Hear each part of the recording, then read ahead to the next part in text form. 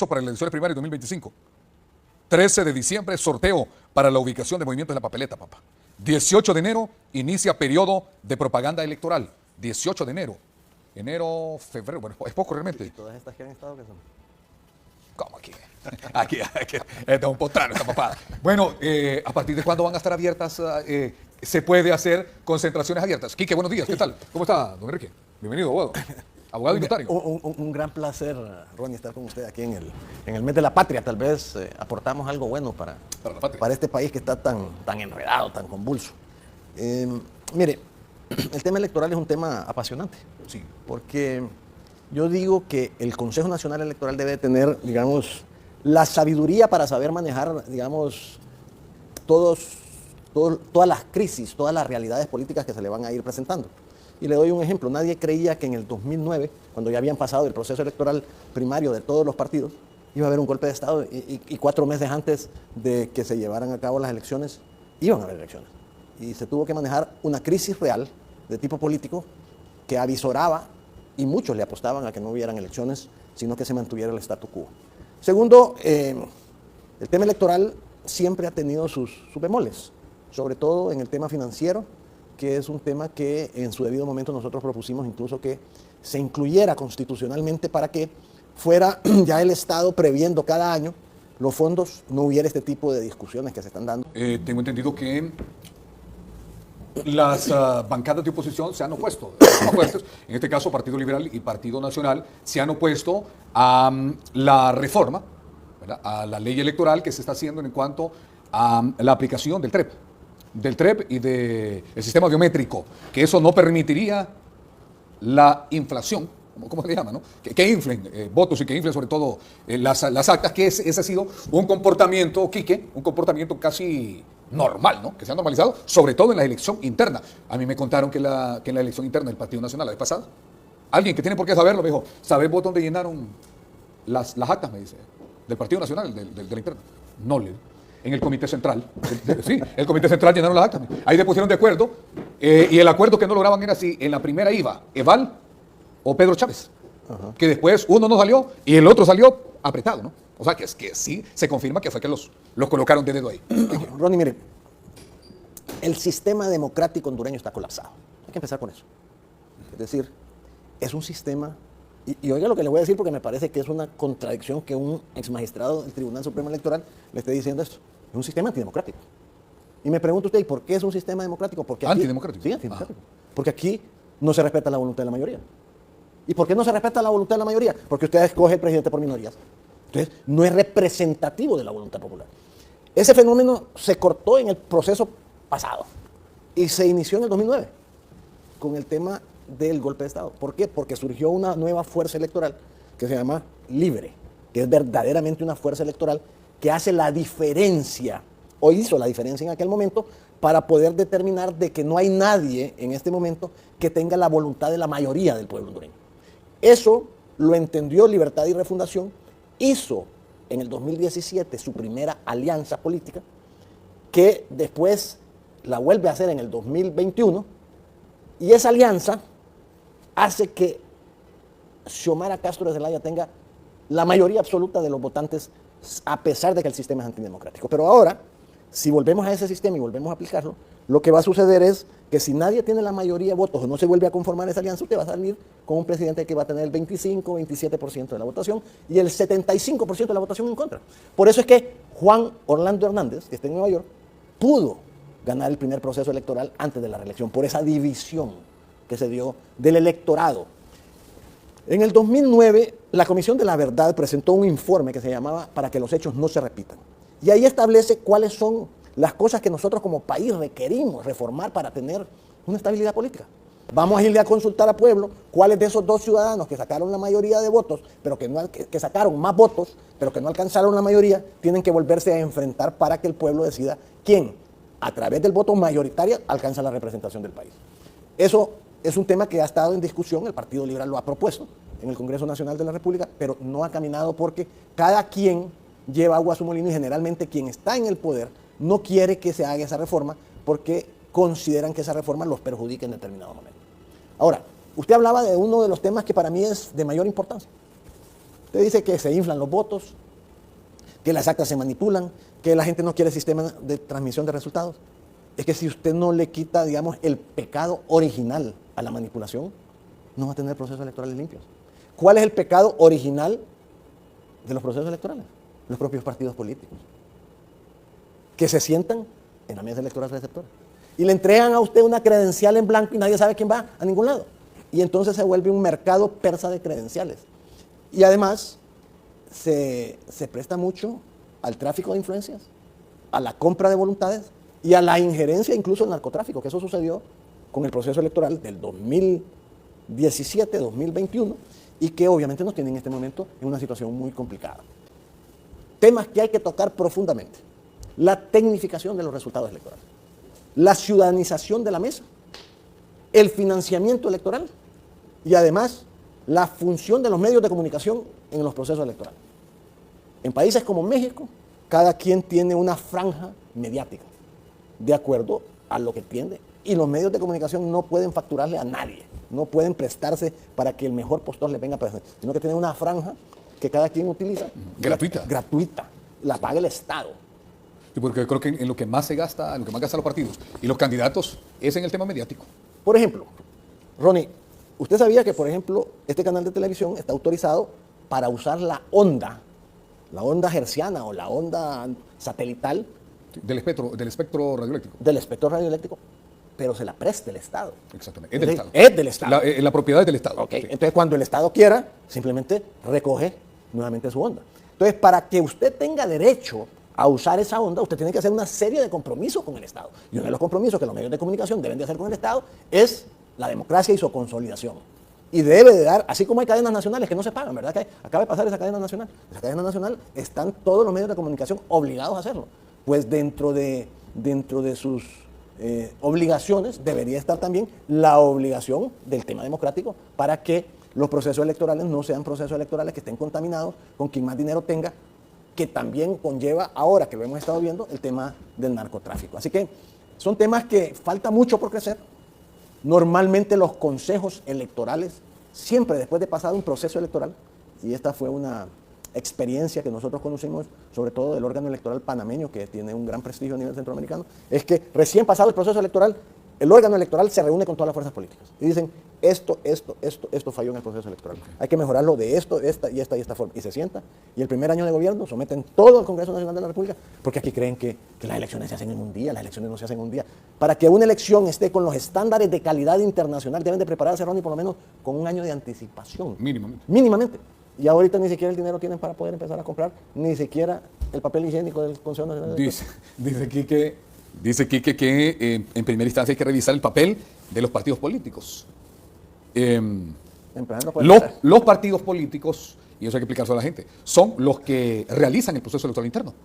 Fíjese que ahí hay 3 consejeros, ¿verdad? Sí. ¿Usted cree que esos consejeros son independientes? ¿Quién puso a Marlon Ochoa? Libre. ¿Quién puso a Cosette? Papi. No es el Partido Nacional. Papi. ¿Y quién puso a la consejera que repitió? Don Carlos Flores. Y el otro lo puso Mel. Bueno, ahí está. Entonces, mire la primera distorsión. Esos caballeros que deberían de representar partidos políticos no lo representan. Porque ya en el Partido Nacional ya se armó una tribulca, diciendo que Cosette no puede ser, porque la puso Papi y ya no la respalda todo el resto del partido. Claro. Okay. En el Partido Liberal, el mismo chunche, porque si llegara un recurso al Consejo Nacional Electoral diciendo que no inscriban a Narrala y que no inscriban a Jorge Cálix, porque no son liberales, ¿quién va a resolver? Estos. 3 votos se necesitan, 2 para quebrarlos. ¿Quiénes se van a poner de acuerdo? Entonces, en esa estructura de 13,000 y pico de mesas, 13,000 y pico de mesas que se ponen en todo lo largo del país, ¿quién está sentado ahí? ¿Quiénes son?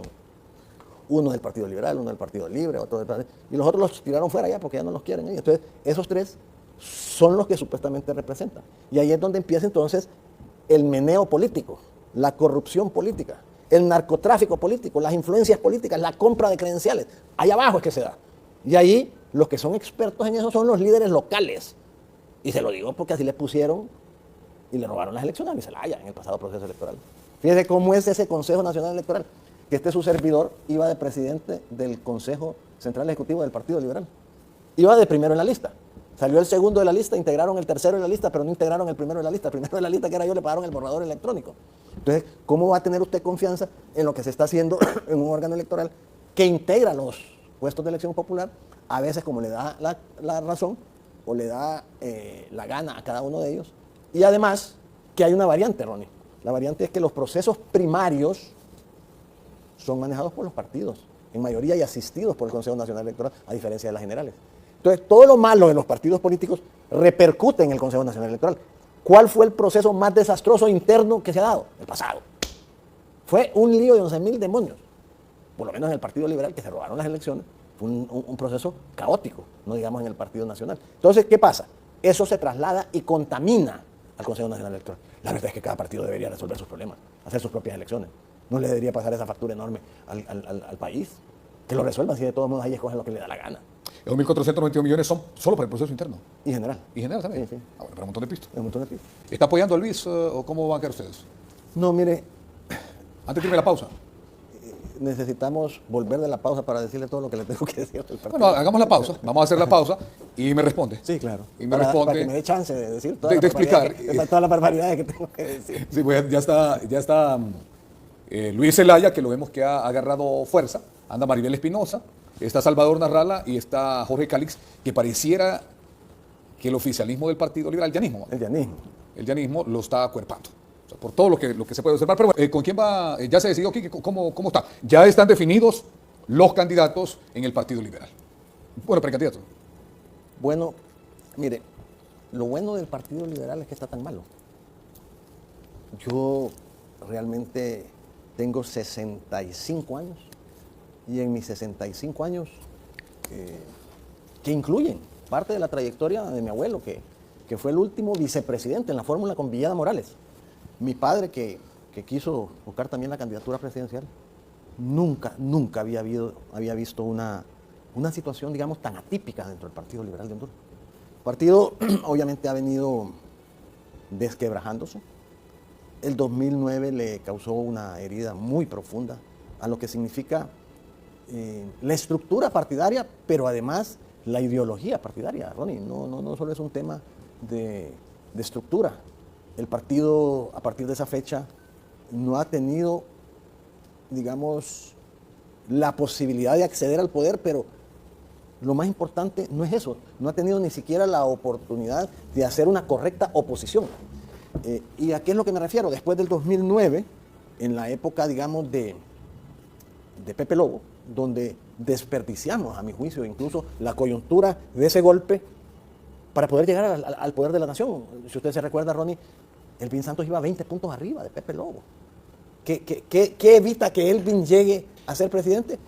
Bien sencillo, a que no tuvo una buena definición política. No supo leer lo que estaba en ese momento sucediendo y no salió al frente como institución política a respaldar a su presidente, que en ese entonces era un presidente electo por el Partido Liberal de Honduras, y lo único que tenía que decir es que eso era un golpe de Estado y que había que retornar al presidente Zelaya al poder de la nación. Es decir, la historia a partir del 2009 hoy fuera otra, el Partido Nacional estaría en franca decadencia, el Partido Liberal no tendría la complejidad de los problemas que tiene en este momento. Eso sucedió y no hay duda de que ese golpe, más la postura que tuvieron muchos de sus diputados en el Congreso que dirigió Juan Orlando Hernández con la presidencia de Pepe Lobo y la segunda reelección, que la gente percibía un maridaje profundo con el Partido Nacional, nos pasó otra factura muy grande. Y eso creo que tuvo su desenlace más fuerte en este pasado proceso electoral. ¿Por qué? Porque el tema del fraude que se dio en el proceso electoral interno dividió y fraccionó aún más al Partido Liberal de Honduras, y quien hoy dirige el Partido Liberal de Honduras, que tiene cuestionamientos muy serios, no hizo una lectura apropiada tampoco de lo que se vivía en ese momento y no se unió a la alianza para sacar a Juan Orlando, sino que sirvió como instrumento para que en ese sistema antidemocrático se apostara nuevamente a que el Partido Nacional volviera al poder de la nación. Afortunadamente el triunfo fue arrollador, pero el partido siguió golpeado. No tenía ninguna posibilidad, ni se veía, ni se vislumbraba en el panorama que el Partido Liberal pudiera tener ninguna posibilidad. ¿Qué es lo que ha, digamos, entusiasmado y oxigenado? Que habría que ver si es un entusiasmo real o es un entusiasmo momentáneo. El hecho de que vengan dos outsiders, uno que es sacado del Partido Libertad y Refundación por por su comportamiento inadecuado y el otro porque obviamente no logró sus objetivos dentro de los partidos que ha tenido y son nuestros grandes, digamos, salvadores, que yo creo que no van a salvar absolutamente nada, pero que están causando, digamos, un proceso de oxigenación al Partido Liberal de Honduras. Va a ser interesante, Ronnie, va a ser interesante cómo se va a comportar el liberalismo, porque hay, digamos, dentro de los que participan, a mi juicio, solo una persona, o dos, yo diría que Rafael Canales y Luis Zelaya son los que verdaderamente se han mantenido, han estado, han vivido, han nacido y han permanecido en el Partido Liberal, y vamos a ver cómo se comporta el liberalismo ante esa circunstancia. Lo que está sucediendo es que, a mi juicio, se está utilizando esas candidaturas por el oficialismo, y con nombre y apellido se lo digo, por Gianni Rosenthal Oliva, para quedarse con las estructuras de poder partidario, no importa quién gane. A él lo que le interesa es quedarse con esa estructura partidaria porque sabe que tiene sus réditos después, cuando la mayoría de los diputados que él conforma, y que muchos de ellos están mencionados en las Cortes de Nueva York, en la lista Engels, en la Manischky, en todas las listas posibles, van a ir encabezando las fórmulas, y ojalá haya un proceso de depuración correcto en el Partido Liberal, porque si no va a ser sumamente difícil poder ir a escoger un candidato idóneo dentro del partido. O sea que usted todavía no tiene candidato en el Partido Liberal. Yo lo veo afín a no, Luis yo tengo Zelaya. una enorme afinidad con Luis Zelaya, Sí. pero he sido un férreo crítico del actual dirigente del Partido Liberal y de la estructura que está. Y creo que si aparezco o hago mi manifestación pública con Luis Zelaya, que como le digo, me borraron precisamente porque lo apoyaba, iba de candidato al Consejo Central Ejecutivo, le haría un enorme daño. Entonces creo que es mejor asumir mis propias responsabilidades y evitar que a Luis lo ataquen por su servidor, ¿verdad? Porque hay malinicencia y mala voluntad contra este caballero que a ellos no les gustan las cosas que les digo normalmente dentro del Partido Liberal, y que no dude, ellos desearan que no estuviera en el Partido Liberal. Por eso es que a veces me dicen que si soy de libre, o que si estoy fuera, o que soy un traidor, las cosas que normalmente se dicen, pero es que no estoy de acuerdo con lo que está pasando en el Partido Liberal. No voy a estar de acuerdo, voy a luchar desde adentro, voy a ir a votar, y sin duda alguna voy a tener posiciones francas y férreas ante lo que nunca había visto como un mercantilismo y un oportunismo claro dentro del Partido Liberal. Gianni Rosenthal está utilizando entonces, en este caso, sobre todo a Jorge Cálix y a Salvador Narrala, ¿no? Más a Jorge. Más a Jorge Cálix. Jorge Cálix está siendo el receptáculo de todo lo que significa la estructura que ha mantenido el rosentalismo y ahora el llanismo, que ese sí le entiende más que a don Jaime Rosenthal a lo que significa el mandrake político. Mandrake político, Gianni. Gianni es mandrake de primero. Él dijo, bueno, salió muy bien, porque dijo, no voy a participar, me retiro, no voy a participar como candidato a... Le garantizo que va a diputado. No vamos a decir cierto que no va a participar. No, él dijo, no voy a participar de candidato no, es que a la presidencia, dijo, para no ser arte y parte, Vivo. porque soy presidente del Central. Por eso le abre las puertas a Cálix. Al traidor del libre, al que el libre él lo hace. Es decir, él es un comerciante. Él sabe aprovechar las coyunturas. Entre Cálix y Narrala, ¿cómo era la cosa? Entre Cálix y Narrala, no estoy metiendo a los demás. A Narrala le van a poner y se la van a aplicar igual que le aplicaron a Luis Zelaya. No tiene chance, Narrala. Pero en las encuestas Narrala, yo veo las no, encuestas. En las encuestas Narrala, y además él dice que él va a ser el bueno, candidato. también sucedió con Juan Orlando Hernández, en las encuestas que no. Déjame decir que esto no es que usted está pensando en democracia. No, yo le pregunto a usted, porque ¿qué sabe? No, se la van a aplicar. Nosotros, con Luis Zelaya, le presentamos a ese Consejo Nacional Electoral todas las evidencias y todas las pruebas de cómo se hacía el fraude en el corredor de Occidente, ahí en Santa Bárbara, en Copán, en Ocotepeque, ahí donde está todo el crimen organizado. Porque es que allá se vota con el crimen organizado. Y si usted ve recientemente en la cadena nacional que hizo la actual presidenta, ahí dicen con nombre y apellido los diputados que están mencionados en ese sector y los alcaldes que también están mencionados en ese sector. Entonces, recuerde que la estructura política es requerida por el narcotráfico para lograr sus objetivos. Y si no, que lo diga Juan Orlando, pues, ¿a dónde está? Y quiénes han estado involucrados. Cuando usted mencionaba a Samuel Reyes, ¿por qué capturarán a Samuel Reyes? ¿Por qué lo irán a capturar y se menciona que lo han capturado a Samuel Reyes? ¿Será porque él fue ministro de Defensa, ¿verdad? Fue ministro de Defensa. Okay. Pero apareció en la lista de mencionados por el narcotráfico, igual que Gianni Rosenthal. Yankel. Villeda. Pero hablemos de los de ellos. El presidente del Congreso Nacional, Mauricio Oliva. Mauricio Oliva, presidente del Congreso. El presidente de la República. Está preso. La estructura completa del Estado mencionada ya. Entonces, ¿qué es lo que está sucediendo? ¿Y usted cree entonces que Salvador Narrala va a ganar? No, hombre, olvide eso. En el Partido Nacional se le aplican porque se le aplican, en el Partido Liberal se le van a aplicar. No va a tener ninguna posibilidad, aunque gane. Aunque gane, los resultados van a ser otros. Porque tiene la popularidad para hacerlo. Pero Narrala es un iluso. Él es un muy buen medio de comunicación. Mientras Jorge Cálix está haciendo una concentración en Progreso y Oro, él está narrando el partido de la selección. Sí. Está bien, tiene mayor popularidad allá, pero Aquel anda haciendo el trabajo que debe hacer. Y además cuenta con los llamados, no sé si mal llamados, caciques de los pueblos, pues, a los que se les ha mencionado. Por ejemplo, Víctor Sabión, que tengo entendido que no va el hijo. Víctor Sabión fue mencionado también con el tema del narcotráfico. Por eso Luis Zelaya le dijo a Cálix, revisemos la planilla, revisa quiénes llevas. Bueno, Luis ha hecho una propuesta que me parece interesante, pero nadie la platica. Fíjate que Luis ha dicho dos cosas. Me ofrecieron a mí 15 millones por mi candidatura. Y el fiscal no ha hecho nada, no lo investigan. Y dice quién fue. Me lo ofreció Pedro Barquero y Salvador Narrala. ¿Y de dónde está el billete? ¿De dónde salió ese billete? ¿Por qué no lo agarró? Es una denuncia seria y toral. Okay. Segundo. Y además, y los que participaron no lo han negado. No, dijo que sí. Dije que sí. Yo oí el otro día al peloncito de, ¿cómo se llama? De Barquero. Dice, Barquero. Sí, es cierto, se lo íbamos a entregar. Pero... Y el mismo Narrala también dice, sí, pero fueron empresarios. Por eso, entonces, imagina que Narrala dice que sí. A confesión de parte. Todo es normal, aquí ahí no pasa nada. Pero no ha habido eco. No ha habido eco de una cuestión tan importante. Segundo, ¿no le parece a usted que los que están mencionados no solo no deben de dirigir partidos políticos, sino que tienen que... Recientemente acaba de salir un escándalo, digamos, en el Partido Libertad y Refundación con el diputado Carlos Zelaya. Mire cómo son las cosas. Lo han agarrado de palo de piñata, ¿verdad? Ok. Pero yo le voy a decir una cosa. Honestamente, lo mencionan, da la cara, renuncia de diputado, renuncia del Congreso y, según tengo entendido, renuncia de Libertad y Refundación. Óigame, para mí ese es el golpe más fuerte que le acaban de dar a Mel Zelaya del principal operador político que es su hermano. Pero se desnuda y se tira al ruedo. ¿Cuándo hizo eso Juan Orlando? Y se pone además, y se pone a... No, aquí estoy, y dice, aquí estoy, llámenme, venga. Sí. A esta hora de la mañana, bueno... Nunca antes visto. Un integrante del Partido Liberal. Nunca antes visto. Es decir, se criticó mucho la elección del fiscal. Sí. Pero yo le voy a decir una cosa, por sus hechos los conoceréis. Y le está tocando la barba al tigre. Eso que está haciendo es... ¿Cuánto habíamos visto? Un ex magistrado ser llamado por la fiscalía. Bueno, el caso del juez. Bueno, el caso del juez. Está preso. Está preso. El caso deben de haber dirigentes y diputados que deben de ser llamados por la fiscalía. Oye, aquí todo el mundo conoce quiénes son los funcionarios, exfuncionarios políticos, empresarios vinculados con el narcotráfico. El otro día había a Pepe Lobo en otro programa. Sí. Y entonces le preguntó al que estaba enfrente, que era un empresario, ¿y usted no sabe de los empresarios que están metidos en el narcotráfico? Entonces le dijo, ¿y usted lo sabe, presidente? Ah, sí, yo lo sé, pero yo no lo voy a decir. Imagínese. Entonces, ¿en qué estamos? Aquí todo el mundo sabe.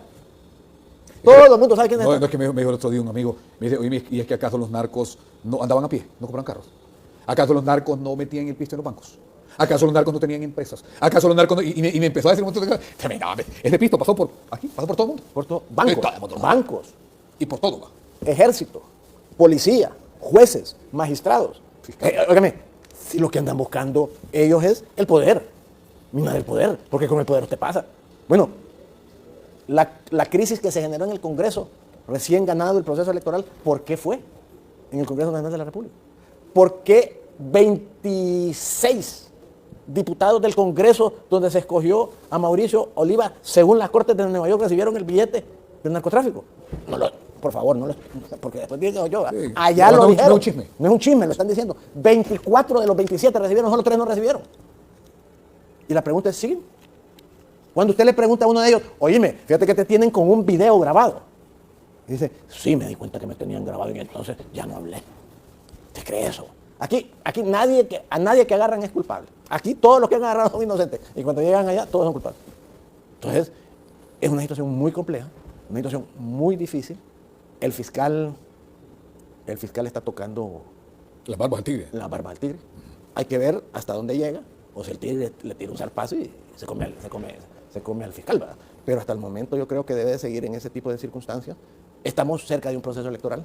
La fiscalía debe de entrar a revisar cada una de las planillas y debe de decirle al Consejo Nacional Electoral con claridad: tenemos indicios racionales de que este caballero está metido en esto y nosotros se lo advertimos para que el Consejo Nacional Electoral después tome sus medidas. Contaba Pepe Lobo, que la vez pasada lo tuve. Y dice, en la primera campaña o la segunda campaña de él, dice que él mandó a la Embajada Americana el listado de su planilla, de alcaldes y diputados para que lo revisara. Y no le tacharon la embajada. Y que le tacharon uno. Solo le tacharon uno. Y ahí es alcalde todavía es. Es que me tacharon. Y yo dije que no lo iba a quitar porque me representaba, o sea, solo uno. Y yo creía que eran otros. Y yo sabía que habían otros ahí. Sin embargo, a ese lo tacharon. Ahí es alcalde todavía. Bueno, ¿qué le parece? Sí. Bueno, estamos pasando entonces, Quique, por un momento histórico con el accionar del fiscal general. Yo diría que sí. Es decir, por lo menos ya le estamos viendo la cacha de la pistola. Sí. Vamos a ver si la carga y dispara. Porque el otro tema es que él está haciendo su labor de investigación y su labor de acusación. Pero a donde se va a resolver aquello, allá en la corte. Entonces, si lo que está él denunciando que los magistrados o los exmagistrados están metidos y van a hacer allá, de nada sirve, pero también debe denunciar al fiscal. Es que yo creo que ha llegado el momento de ponerse los pantalones. Y ponerse los pantalones en todos los ámbitos. En el ámbito electoral, en el ámbito político. Una cosa que no podemos... Óigame, es que a mí no sé, yo tal vez vivo en otro planeta. ¿Cómo es posible que un instituto político sea dirigido por un exdelincuente? ¿Cómo es posible que una mujer cuyo marido está preso por 45 años por ser el mayor narcotraficante de cocaína vaya dentro de un partido político, aunque sea un partido que no sea el nuestro? ¿Cómo es posible que alguien que ha sido cuestionado en otro partido nos represente y se le abran las puertas dentro del Partido Liberal de Honduras?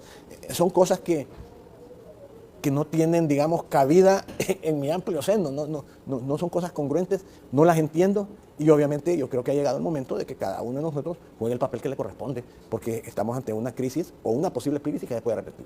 O se compone el Estado de Derecho, o hacemos el retroceso completo nuevamente y la narcodictadura nos vuelve a ganar la batalla. El ambiente el electoral en este momento está tranquilo. El otro día decía Mel, no, más bien están aburridas estas elecciones. Aquí hemos tenido elecciones donde se mata. Más bien está tranquila esta papada. ¿Cómo ve usted el ambiente electoral? Bueno, incierto. Yo creo que las cosas... Pero si hay convocatoria de elecciones. No, a lo que me refiero es, yo creo que hay bastante claridad. Mire, aquí están, ¿se acuerda de aquel anuncio de Chicles Adams?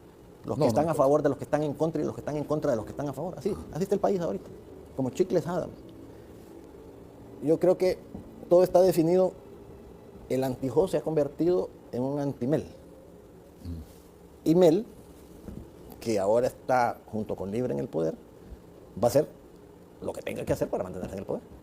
Entonces, las circunstancias están claras. Creo que va a venir una lucha frontal muy cruda. ¿No está comparando al de antes con el de ahora? No, porque aquel decía, voy a hacer lo que tenga que hacer, y hizo todo lo que tenía que hacer para mantenerse 2 periodos en el poder. Todo el que esté en el poder quiere quedarse en el poder. Usted que esté libre quiere ir a la llanura otra vez. es lógico y es normal.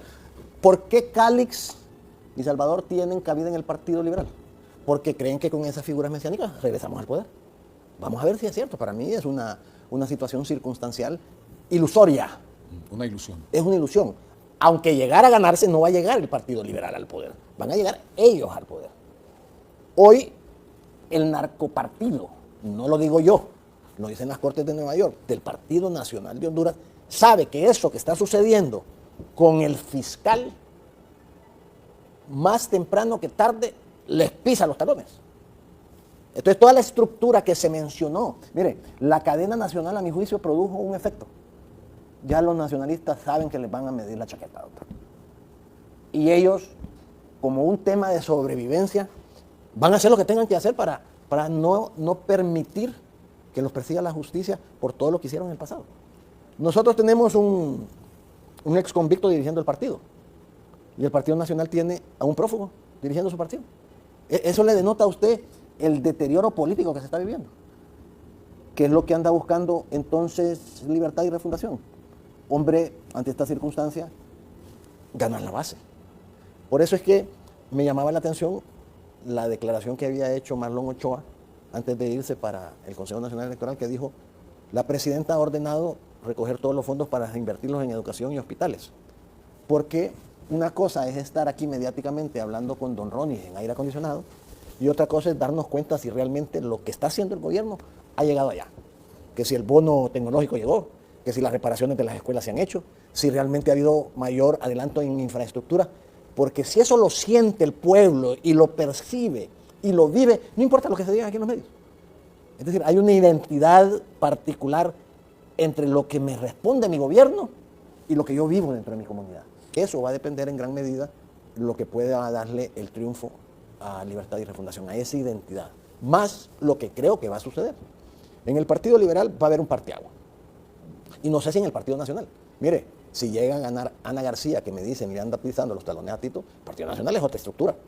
Es ya una complicación muy seria y es un peligro real para este país. Porque entonces el narcopartido se volvería a oxigenar y volvería a sus andanzas, a las andanzas que anduvo cuando su esposo era presidente de la República.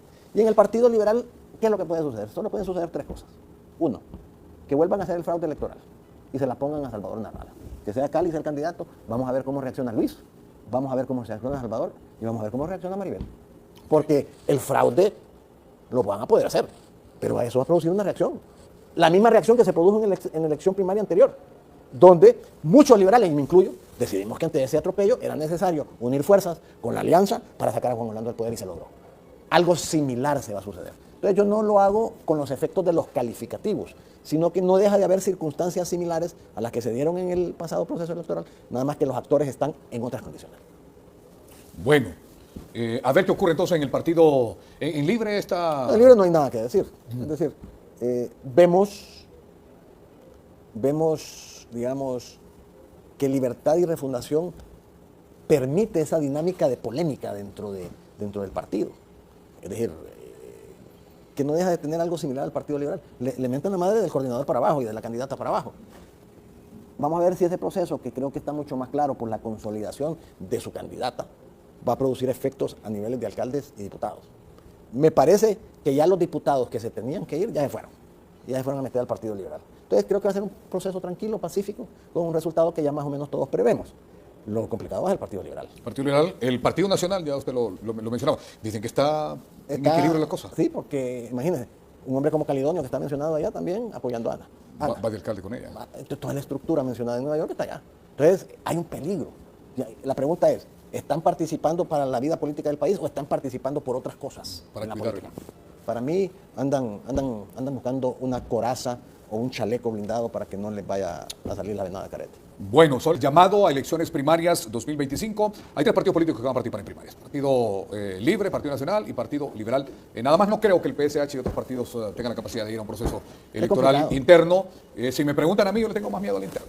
Yo siempre he dicho, por el manoseo que hay. Pero ustedes no van a efectuar el manoseo. A ver. Siempre he ido. Se pega. En la interna, sí, hombre. Entonces Cálix, que dicen que es bueno para inflar, era bueno. Pues imagínate que... En este momento en el que estamos, difícilmente se van a dar las reformas electorales que se han anhelado, que se han planteado. Se ha hablado de una segunda vuelta electoral, se ha hablado del cambio del... Pero creo que ahí va a ser difícil, del porcentaje electoral, que en Nicaragua se ve que allá lo bajaron más bien. ¿Recuerdas? Ronnie, sí. Hay 86 votos que necesitan en el Congreso. Esos 86 votos no se logran sin Libre y no se logran sin el Partido. Ahora, Libre es minoría en ese Congreso. No, por eso, pero no se logran sin... ¿Cuántos tiene Libre ahorita? Eran 50 menos los que fueron. Póngale que 46. Bueno, póngale que 45. yo le pongo 30. Sí. Entonces póngale 30. Si los 86 están en aquel lado, van a hacer lo que ellos quieran de reforma, si es que Redondo les permite que meterlo.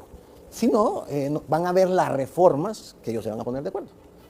Yo creo que deberían de llegar a reformas mínimas. ¿Cuáles son las mínimas? Las que garanticen que el resultado va a ser aceptado. Bueno, con la ley que aprobamos en tiempos nuestros, ¿Sí? se dieron las elecciones anteriores. Pues, y fueron unas elecciones transparentes. No es que fueron elecciones transparentes, Ronnie. Mire, esta es una premisa. Cuando las elecciones son apretadas, el organismo electoral, si no tiene los mecanismos de credibilidad, nadie acepta el resultado electoral. Es decir, si aquí hay una diferencia de 1 o 2 puntos en la elección en general, nadie lo acepta. Ahora, cuando el resultado es tan abrumador como el que sucedió en la elección pasada, nadie discute.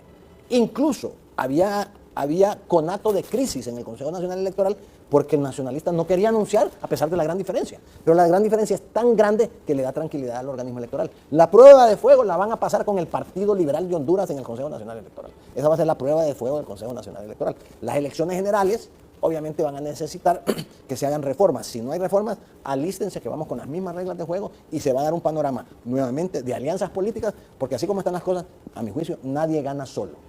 O Libertad y Refundación hace alianzas con algún sector del Partido Liberal inconforme, o el Partido Liberal hace alguna alianza con un sector del Partido Nacional que sabe que no va a llegar al poder de la nación. ¿Quién va a ser el interlocutor si gana eso para hablar con el Partido Nacional? Habría que verlo. Ya Salvador dijo que él hacía alianzas cuando estaban con el BOC y ya Jorge Cálix las hizo. Entonces con ellos dos no van a haber alianzas con Libre, sino que va a haber alianzas con el Partido Nacional. Y habría que ver si el Partido Nacional está abierto a hacer algún tipo de alianza también, pues. Ellos, si no ven que no tengan posibilidades, hacen las alianzas. Ahora, si las oportunidades se les dan, van a pedir que la alianza sea con ellos. Pero ahí la cosa va a estar complicada para el Partido Libre. Va para largo el tema del narcotráfico en la política. Eso es algo que nunca muere. Mire, agarraron a Pablo Escobar, siguió el Chapo. Después del Chapo, Zambada. Ese es, entre más lo cortan, más se fortalece. Se fue Juan Orlando y usted cree que no hay aquí. ¿Es hipócrita esa lucha, ese combate al narcotráfico de los gringos? Me decía un amigo, ¿por qué no crees que lo legalizan? Dije, porque una vez que todo ese dinero que esté en efectivo entre a los bancos, se cae el sistema económico americano.